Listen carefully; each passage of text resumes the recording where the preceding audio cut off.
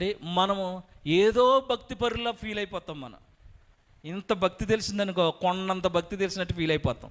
ఇంత వాక్యం తెలిసిందనుకో అంత సబ్జెక్ట్ నాకు తెలిసిందని ఫీల్ అయిపోతాను.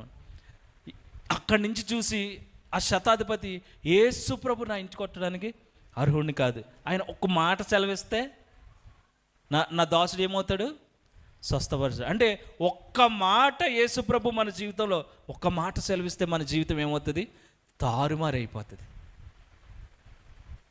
ఒక మాట అంటే ఈ మాట వినగానే యేసు ప్రభు నోట్లోంచి ఒక మాట వచ్చింది. అది ఒకసారి చదవండి. ఇశ్రాయేలులోనైనను ఇంత గొప్ప విశ్వాసము నేను చూడలేదని. చాలు.